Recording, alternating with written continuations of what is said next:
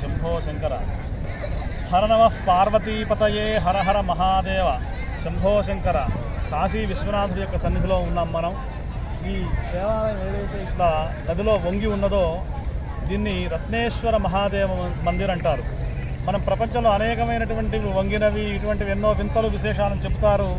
మరి ఇప్పుడు దీన్ని చూసిన తర్వాత ఏం చెప్పాలనేది మనం ఒకసారి ఆలోచించుకోవాల్సినటువంటి పరిస్థితిలో ఉన్నాం. ఈ పవిత్ర గంగానదీ తీరంలో ఇక్కడ కాశీ అంటే 33 కోట్ల మంది దేవతలు అడుగుపెట్టినటువంటి ప్రదేశం, తపస్సు చేసినటువంటి ప్రదేశం. ఎంతమంది మహామునులు శివలింగాల ప్రతిష్టాపన చేశారంటే చెప్పలేం. ఇప్పుడే వశిష్ఠేశ్వర శివలింగం చూసాం, అలాగే మణికర్ణికేశ్వర శివలింగం చూసాం, శుక్రేశ్వరుణ్ణి, బుధేశ్వరుణ్ణి, మంగళేశ్వరుణ్ణి, బృహస్పతి శివలింగాన్ని మనం పైన చూసొచ్చాం.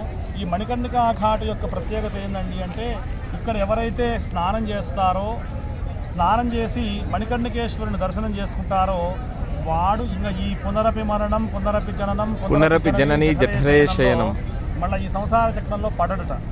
ఇంకా వాడికి మోక్షప్రాప్తి అనేది కలుగుతుందని. అసలు ఇంతమంది విదేశస్తులు వస్తున్నారు ఈ మణికర్ణికా ఘాట్కి, కాశీకి.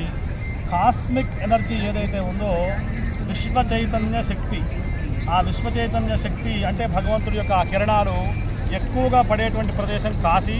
కాశ్యతే ప్రకాశ్యతే ఇది కాశీ అని చెప్పి అంటాం మనం. కాబట్టి ఇంత గొప్ప క్షేత్రం ఈ మణికర్ణికా ఘాట్లో ఎప్పుడూ ఆ పగ వస్తూనే ఉంటుంది. ఇక్కడ శవాలు కుళ్ళిపోవు, వాసన రావు. ఇక్కడ ఎవరైతే మరణిస్తారో కాశ్యాంతు మరణాన్ ముక్తి అని చెప్తారు. కాశీలో ఈ మణికర్ణికా ఘాట్లో 24 గంటలు 365 రోజులు యుగయుగాలుగా అగ్ని ఆరకుండా అలా నడుస్తూనే ఉన్నది. ఎప్పుడు కూడా దీనికి పగలు రాత్రి, ఇవాళ అమావాస్య, ఇవాళ ఏకాదశి నియమాలు అనేవి ఇక్కడ వర్తించవు.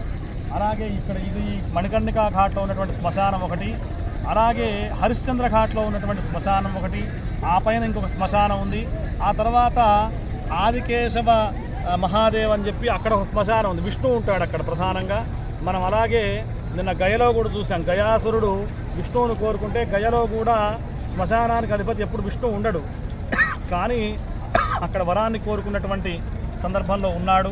ఇట్లా అనేకమైనటువంటి వింతలు విశేషాలు. స్వామీజీ आप कहाँ से है? नेपाल से है। स्वामी जी का दर्शन हुआ है, हम बहुत खुश हो गया है। हम हैदराबाद से हैं। आप एक बात करते हैं काशी का विशेषता, एक ही वाक्य में काशी का।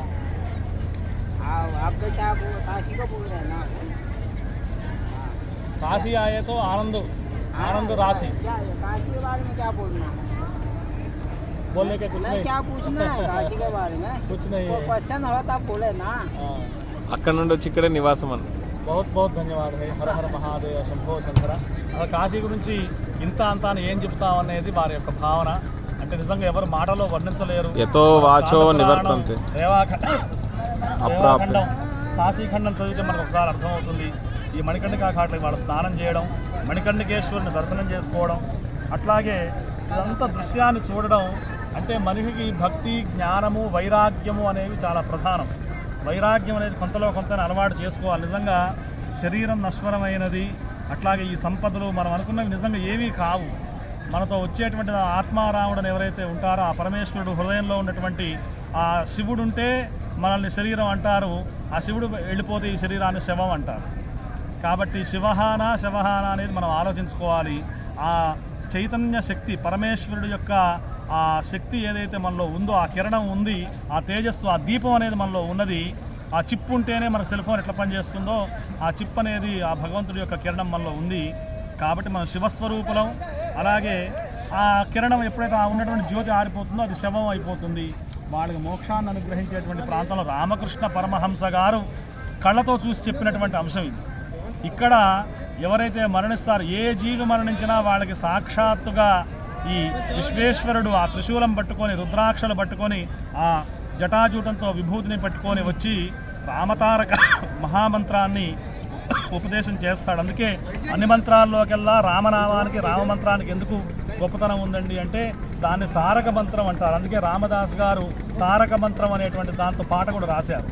కాబట్టి రామతారక మంత్రాన్ని ఈశ్వరుడు జీవులకి ఉపదేశించేటువంటి ఘట్టాన్ని రామకృష్ణ పరమహంస గారు స్వయంగా చూశారు. ఇక మరి మనకు అంతకన్నా గొప్ప విషయం ఏమిటి? మనమేమో అజ్ఞాన చక్షువులు, చర్మచక్షువులు, జ్ఞానచక్షువులు కావాలి మనందరికీ కూడా. అప్పుడు కానీ మనం దర్శించగలుగుతాం. కాబట్టి మణికర్ణికా ఘాటు నుండి మనం మాట్లాడుతూ ఉన్నాం.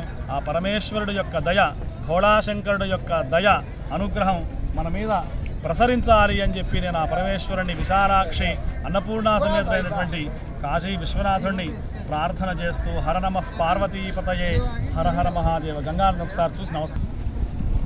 ఇప్పటివరకు సంస్కృత సోదరులైనటువంటి వేదమూర్తులు శ్రీ మహాదేవ శర్మ గారు కాశీ విశిష్టత, మణికర్ణిక ఘాటు దగ్గర ఉండి ఈ దేవాలయం యొక్క విశిష్టతను, అదే విధానంగా ఇక్కడ అగ్ని ఒక క్షణము కూడా, అంటే కంటి రెప్పపాటు కూడా ఏదో ఒక యుగం కాదు, యుగ యుగాల నుండి అలానే ఉంటుంది అని దాని విశిష్టత, కాశీ కంఠంలో ఉండేటువంటి విశిష్టతను చెప్పారు. అదే విధానంగా విశుద్ధం పరం సచ్చితానంద రూపం గుణాధారమాధారహీనం వరేణ్యం మహాంతం విభాంతం గుహాంతం గుణాంతం మహాంతం అని చెప్పి యదా మూల కర్ణేంత అంటే శివుడు సాక్షాత్తు శివో రామ రామేతి రామేతి కాశ్యాం అలాంటి తారక మంత్రాన్ని కూడా చెప్పారు. ఎవరైతే శివుడే అక్కడ శివుడే రామ రామ రామ అనేటువంటి నామాన్ని జపిస్తున్నట్టు చెప్పారు. జై శ్రీరామ్, జై శ్రీరామ్.